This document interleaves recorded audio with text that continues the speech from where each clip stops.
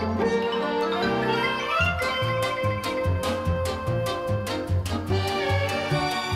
everybody, it's Chris Eads, known as Wootini, here with another Gay Gamer video podcast.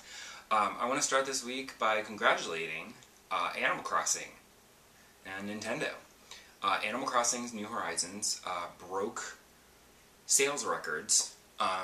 Specifically, it broke the digital sales record previously held by a Call of Duty game by selling like 5 million copies in its first month, digitally.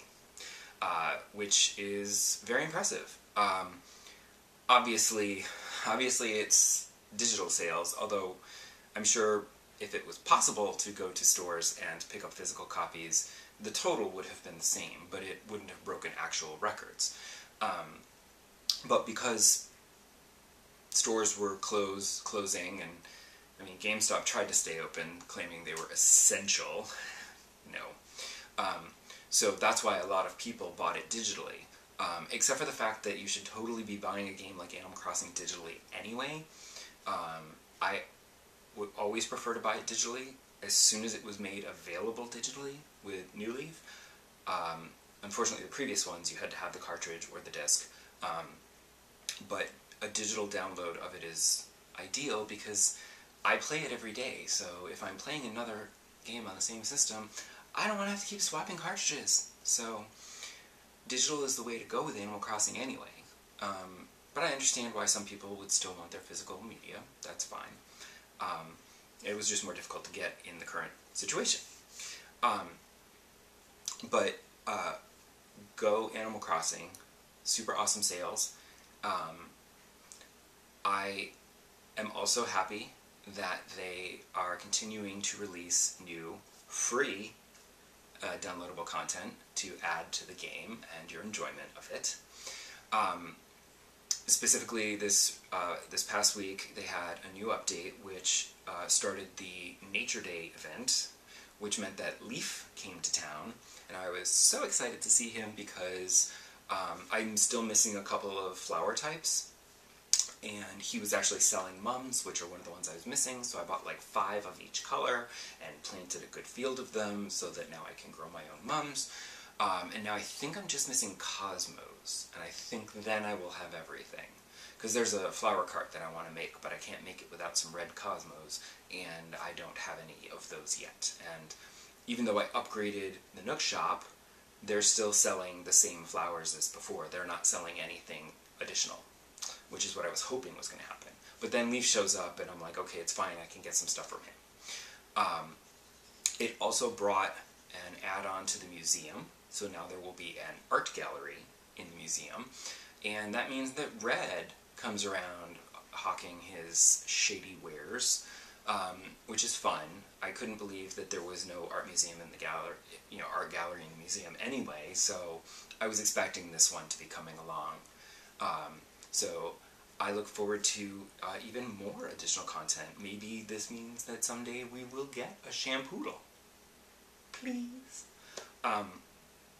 Because I still love Animal Crossing. I have settled into a nice groove where I'm not doing too much, so my tools aren't breaking as often, and so having to make more tools is not as annoying.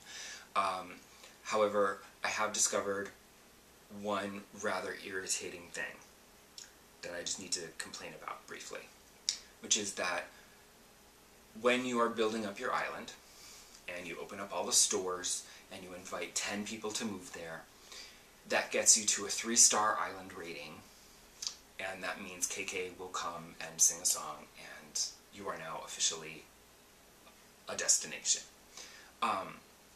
However, in the time since, I've not moved up from a 3-star rating. I haven't even gotten to 4. And I'm worried about why, because Isabel just keeps telling me that we need more decorations. And one time she told me she needs more fences. Fencing would be good. And I'm just like, dude, I fenced in my playground. Like, I don't want to... Don't fence me in. Like, I visit other people's islands, and they've got, like, everything is in little rows, and they've got sidewalks, and they've got fences around every house, and I'm just like, I don't like that. I've never liked that. I actually really like the way a regular Animal Crossing village is laid out, where it's just sort of scattered and random. I have a little organization to mine. I have all of my, town buildings and businesses and everything are on the center of the island, and then on the outer ring of the island are all of the little residences. But I'm not trying to put them all in rows with a sidewalk so they're all living clumped together right next to each other. I want some space. So I did put a little bit of a fence around the corner where I have my Zen garden with Genji's house, with the bamboo trees and everything, just for that. And I'm going to make a bandstand with some benches and some instruments, and I'll fence that in. And then maybe that'll be enough fencing for her, because I don't want to put fences around everybody's houses. It doesn't look good to me. But she keeps going on. That was one time she said something about fencing, but now she's like, we need more decorations on the island.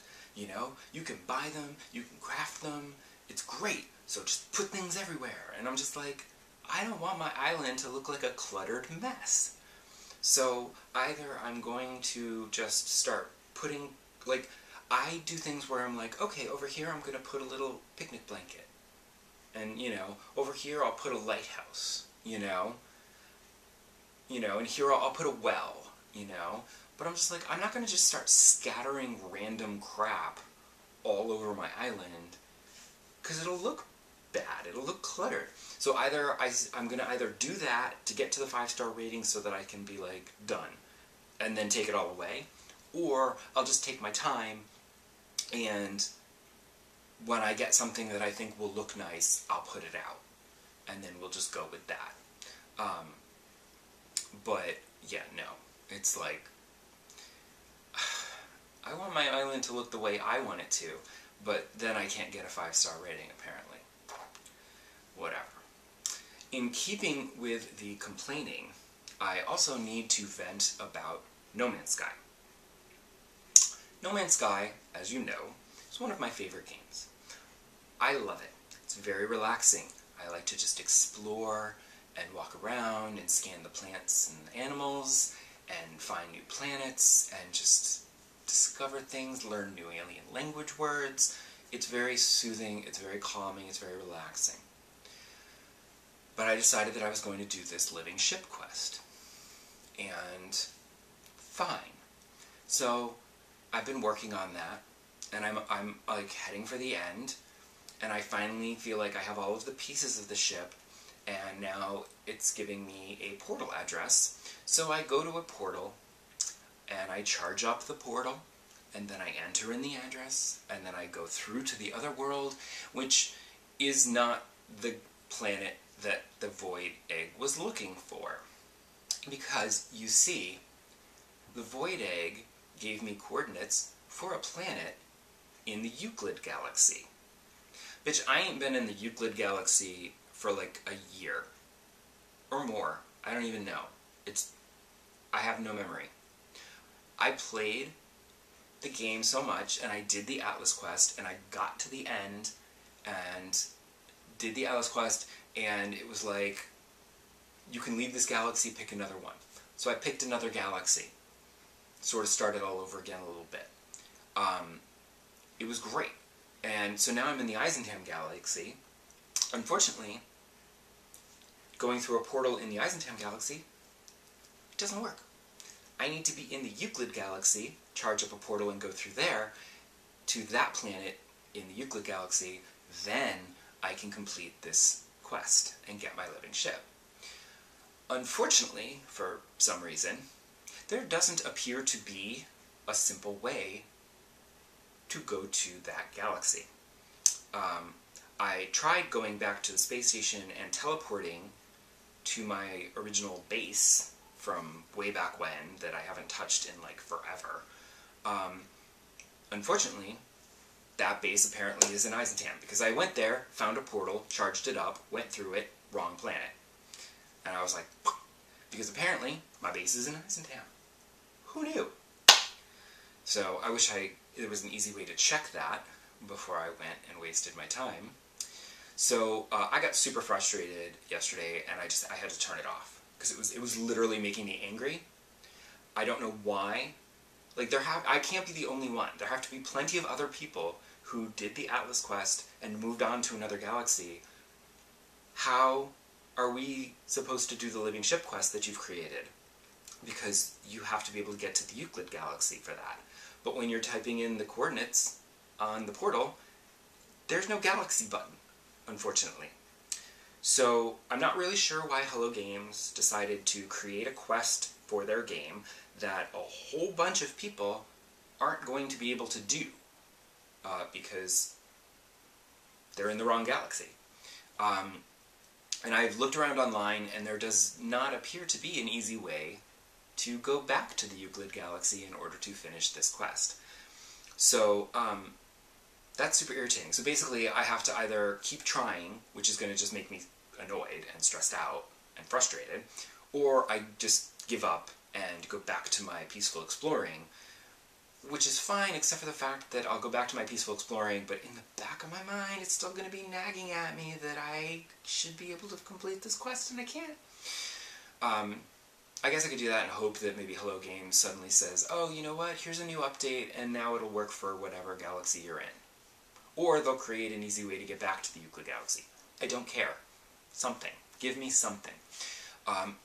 If you play No Man's Sky and you happen to know an easy way for me to go back to the Euclid galaxy just briefly so that I can finish this stupid quest and get my stupid living ship that I'm probably not even going to like anyway, please let me know in the comments. I will be eternally grateful.